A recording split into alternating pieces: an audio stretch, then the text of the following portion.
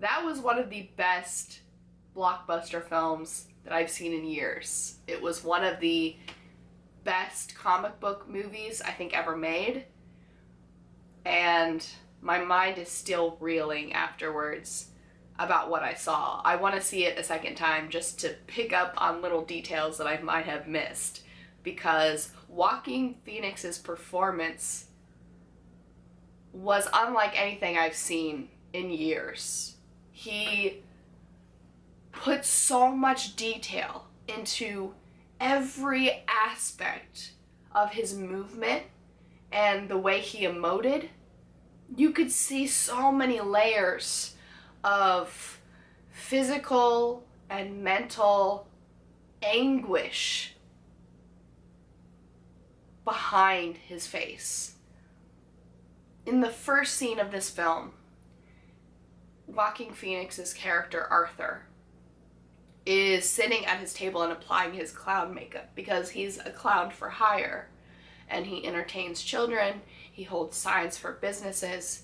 He's applying his makeup and trying to force himself to smile as a tear runs down his face and spills his makeup.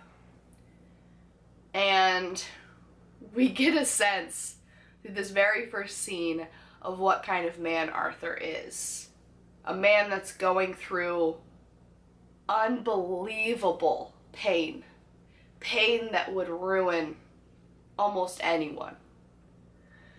And that he's trying his best to stay sane, to do his job and take care of his mother. But he's about to break. And it's the film, through its pacing and its story, implies a building, like a building pressure within Arthur, like a bomb that's about to explode, or even like a sickness that is beginning to show its symptoms and become terminal. In fact, there are so many images within this film that imply a building sickness, a building towards something. Throughout the beginning of the film, we hear on the news, as Arthur is in his apartment, about a rat infestation, super rats as they're called, about disease. And not only is a physical disease overtaking Gotham, but an uneasiness, a mental disease, if you will, is beginning to take over Gotham as the divide between the very rich, like the Waynes, and the very poor, like Joker, is becoming bigger and bigger, that divide. And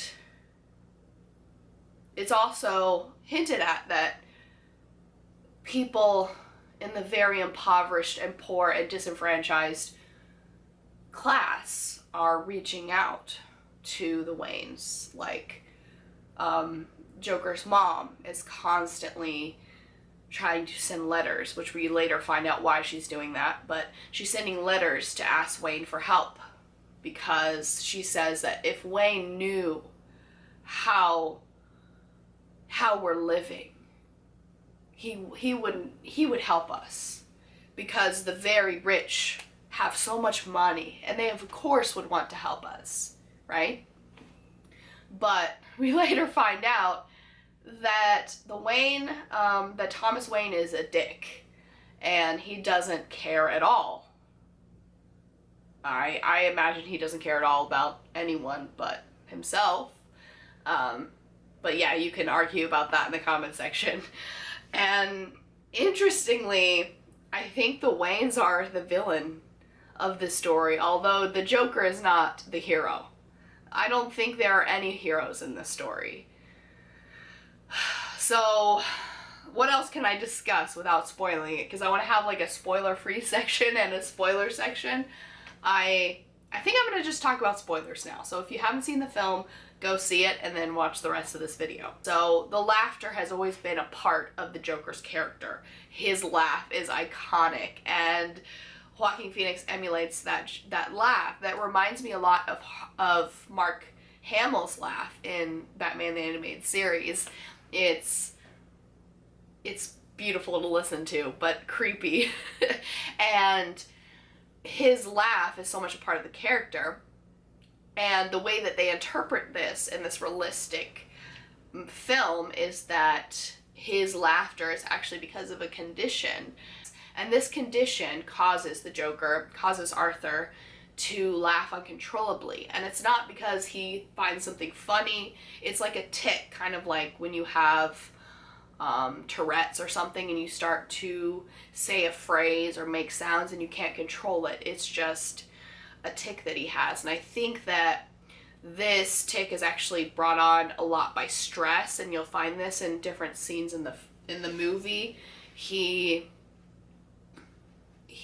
starts to laugh often in situations where he's scared or upset or nervous. So that definitely inspires it, but he can't keep himself from laughing. And it's really uncomfortable, but also you feel bad for him because he can't control it. But he clearly has what should I say? I guess hallucinations or fantasies about being celebrated, being acknowledged, and I think some of those fantasies are totally, they aren't something that I would criticize him for, because he hasn't been acknowledged his whole life. He hasn't been celebrated. He hasn't had a parental figure encouraging him at all. And so he has these fantasies about being acknowledged and being celebrated. He has a clear fantasy about being in the audience of his favorite TV show, and I forget the name of the show, but this plays a big role later on. He has this fantasy about being in the audience of the show, and his star acknowledging him and saying that he is like a son that he wish he had. And you see that this man, this star of the TV show, becomes like a father figure to him, even though it's not realistic, and even though that's not the reality of the situation, he views him as a father figure, and this plays a big role later on. He also has this very damaged relationship with his mom, who he later finds out abused him as a child, or allowed him to be abused. And he feels alone. This film, this camera, takes the Joker's perspective, and it tells an unreliable narrative, to the point that I'm not sure what really happened in this film. His beginnings are a bit of multiple choice, if you will. You can't really say definitively what made him, what happened in his past, because he is so unreliable and so prone to fantasy that we don't know what really happened, right? And I like that detail. I like that the film hinted at that and how it dealt with that. Before this film was released, there were a lot of people stating the danger that this film could cause. It could inspire shooters. And I find that type of commentary so ridiculous. I find it so ridiculous. There's always been people, including the president of the country I grew up in, saying that violence is caused by video games and films. I can't say that it's not inspired. I mean, I'm sure there are some people that are somewhat inspired by violent films or violent video games. But as someone who has played countless violent video games, I can say that I am one of the most docile people you will meet. I have never hurt a fly. So I always find that kind of commentary so ridiculous. Especially because this film does have a bit of implications about American society right now. And it has some commentary on the kind of environment that inspires monsters like the Joker.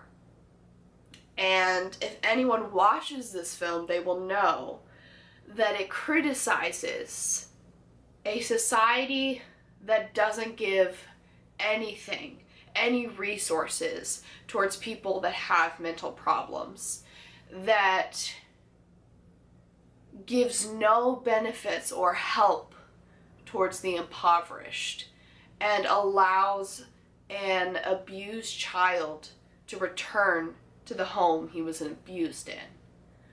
And there are some very clear political and social implications of this story, but it's not the implications that people were worried about. I think that the message of this film is that it really is our responsibility to create an environment where the mentally ill are cared for and where abused children are cared for. And if we fail them, if they react violently, that it's our responsibility. Now, do I agree with that message? Not completely.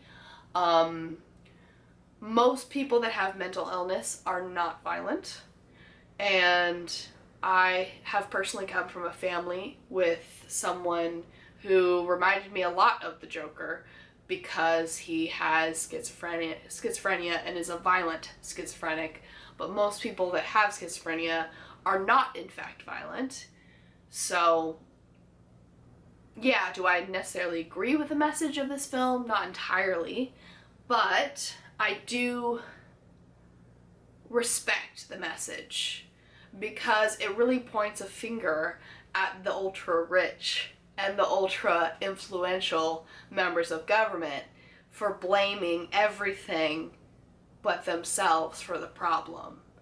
And I really respect that this film did that, because not many blockbuster films are daring enough to go there and to blame the ultra-rich, because ultra-rich people make these types of films, right? I hope you enjoyed watching my thoughts on the Joker. I want to hear your thoughts in the comment section below. Thank you guys for watching. I should go.